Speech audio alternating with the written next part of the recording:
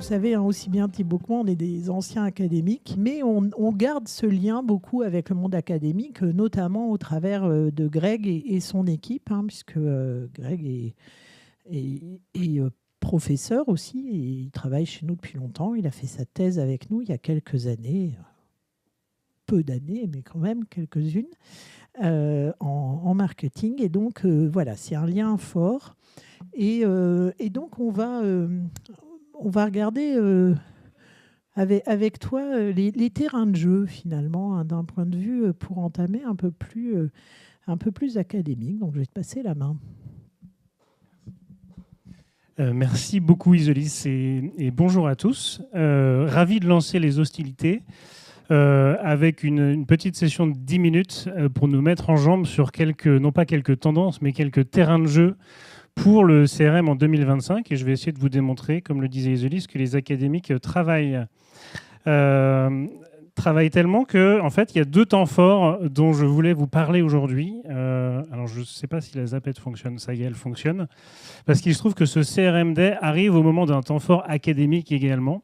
Et Virginie Pes, qui est dans la salle, que vous aurez le plaisir d'entendre tout à l'heure, pourra vous en reparler, parce que c'est son vrai métier d'être professeur à l'université. Le premier temps fort, c'est la publication très récente d'un nouvel ouvrage de référence en matière de relations clients. Il vient de sortir aujourd'hui, il n'est disponible qu'en e-book, mais on sera ravis de vous en envoyer une copie si vous le désirez. Nouveau territoire de la stratégie client. Et le deuxième temps fort, c'est la publication de la 6e édition d'un livre blanc que certains d'entre vous connaissent très bien. C'est le livre blanc du CCM, le Center for Customer Management, qui est un petit club d'une quinzaine de chercheurs en France, qui sont tous experts de la relation client, du CRM et du digital, et qui tous les ans, avec Numberly depuis plus de 10 ans, publient une sorte de best-of des 20 articles de recherche qui ont marqué l'année académique. Donc ils lisent beaucoup dans des revues scientifiques et ils sélectionnent des articles qui ont une importance particulière par l'écho qu'ils peuvent trouver dans vos stratégies clients au quotidien.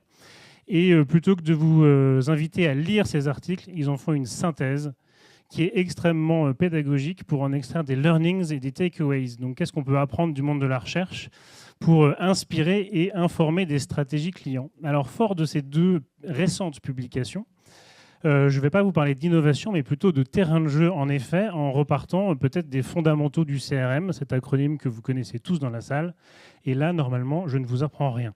Customer Relationship Management. En revanche, on peut dessiner, grâce à ces récentes publications, peut-être 5 terrains de jeu qui seraient autant de terreaux d'innovation pour les stratégies clients en 2025.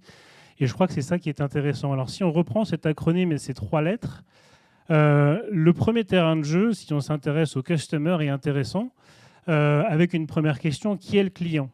Et on voit dans les récentes publications de recherche des choses intéressantes. Je discutais tout à l'heure d'ailleurs avec Louis, je ne sais pas où est Louis, chez L'Oréal, salut Louis, qui me disait en ce moment, un des enjeux CRM, c'est aussi de fidéliser non pas le consommateur final, mais les médecins, les professionnels de santé. Alors la question de qui est le client dans un programme CRM revient de plus en plus régulièrement. On a évidemment tous l'intuition qu'un programme CRM vise à développer la qualité de la relation avec un consommateur final, mais aussi et peut-être de plus en plus avec des vendeurs, du personnel en contact, peut-être même aussi des influenceurs, des leaders d'opinion. Je ne sais pas s'il y a des sportifs dans la salle qui sont adeptes de l'application de running de Nike. Soit vous êtes coureur, soit peut-être certains d'entre vous sont coachs. Et c'est intéressant de comprendre dans quelle mesure est-ce que dans un programme CRM comme celui de l'application Nike, les coureurs constituent une cible relationnelle, mais les coachs également constituent une cible à fidéliser, à travailler dans le temps. Et je crois que le CRM indirect constitue le terrain de jeu numéro 1.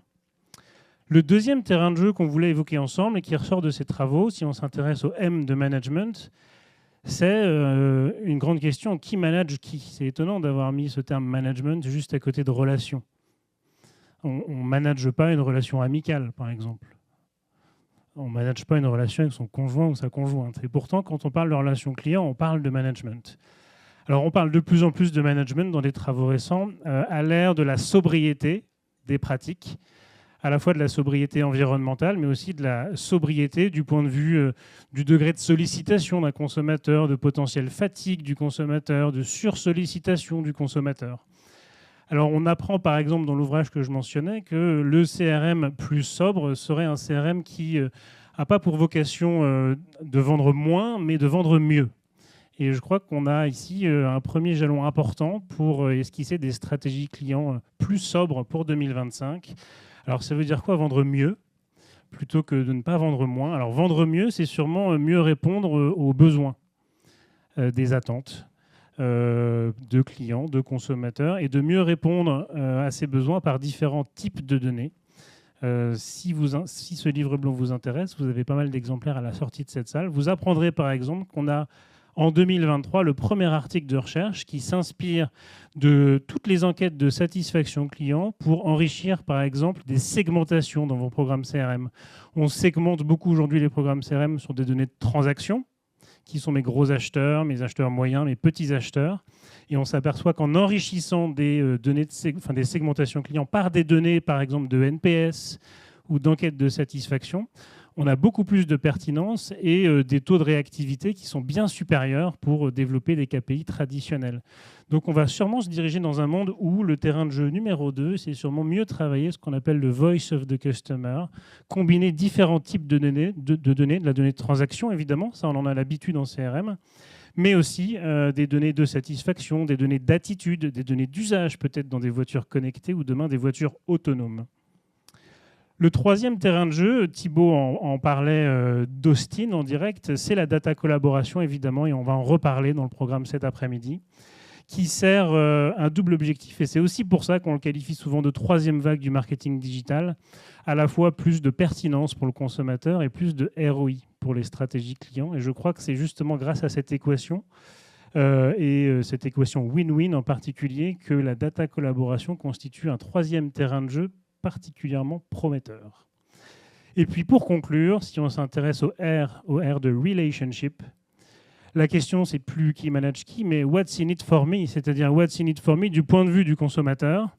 Qu'est-ce que je peux en attendre en retour? Je veux bien devenir membre d'un programme CRM, membre d'un programme relationnel, mais quel type de valeur, moi, j'en perçois en tant que consommateur? Alors, en tant qu'organisation, on collecte de la donnée first party, des opt-in, des transactions, des NPS, des indices de satisfaction, des clics, des scans de produits, des reviews, des données d'usage, par exemple. Et du point de vue du consommateur, je pense qu'il est important, et ça ressort de beaucoup de travaux, de s'intéresser aux services perçus par le consommateur, aux expériences vécues et aux émotions ressenties. Et ces trois mots sont soulignés à dessein. Et le quatrième terrain de jeu qu'on voulait évoquer avec vous cet après-midi, c'est le terrain de jeu de la réciprocité et du value exchange, l'échange de valeurs. Je crois que l'ère où on collecte un peu tous azimuts de la donnée first party en échange d'expériences clients un peu déceptives est terminée. C'est une bonne nouvelle pour l'efficacité des stratégies clients et pour la valeur qu'un consommateur peut en percevoir en retour. Article passionnant cette année sur faut-il retenir ses clients par le cœur ou par la tête? Deux dimensions de la fidélité, celle qui est rationnelle et celle qui est affective. Vous verrez que pour construire des expériences clients efficaces, la dimension affective de l'expérience est essentielle. Et puis le dernier terrain de jeu qu'on va évoquer ensemble cet après-midi, il est essentiel. La question, peut-être qu'à l'ère de la sobriété dont tout le monde parle aujourd'hui, n'est plus tellement « what's in it for me », mais « what's in it for us ». Et à ce titre-là, dans l'ouvrage que je mentionnais tout à l'heure, vous avez un chapitre qui est dédié à la quatrième vague des programmes de fidélisation, la vague qu'on va voir émerger de plus en plus. Et cette quatrième vague de programmes, on l'appelle le programme de fidélité pro-social. La première vague, on dit que c'était les programmes de fidélisation de fréquence. On récompensait des fréquences d'achat. D'ailleurs, il y avait un programme célèbre qui s'appelait Fréquence Plus. La deuxième vague, c'était la vague des programmes qui récompensaient des comportements d'achat essentiellement. Donc des programmes hiérarchiques ou des programmes à statut, qui existent encore d'ailleurs. Et la troisième vague de programmes, ce sont les programmes communautaires. Alors les programmes prosociaux constituent la quatrième vague où on va voir émerger probablement dès 2025 un CRM qui est beaucoup plus pédagogique, beaucoup plus éducatif. C'est un canal puissant d'éducation du consommateur. Et on a quelques signaux faibles dans les stratégies clients d'aujourd'hui qui nous disent que le monde pourrait changer assez rapidement. Par exemple, s'il y a des jeunes parents dans la salle, vous savez qu'une paire de chaussures pour vos enfants vieillit assez mal. Un enfant, en général, porte une paire de chaussures en pointure 22 quelques mois.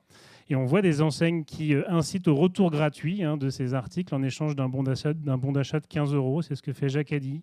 Peut-être que vous avez entendu parler de stratégies telles que celle d'Etihad Airlines qui propose un bonus de miles à ses clients dans leur programme relationnel lorsque votre bagage en soute fait moins de 15 kilos.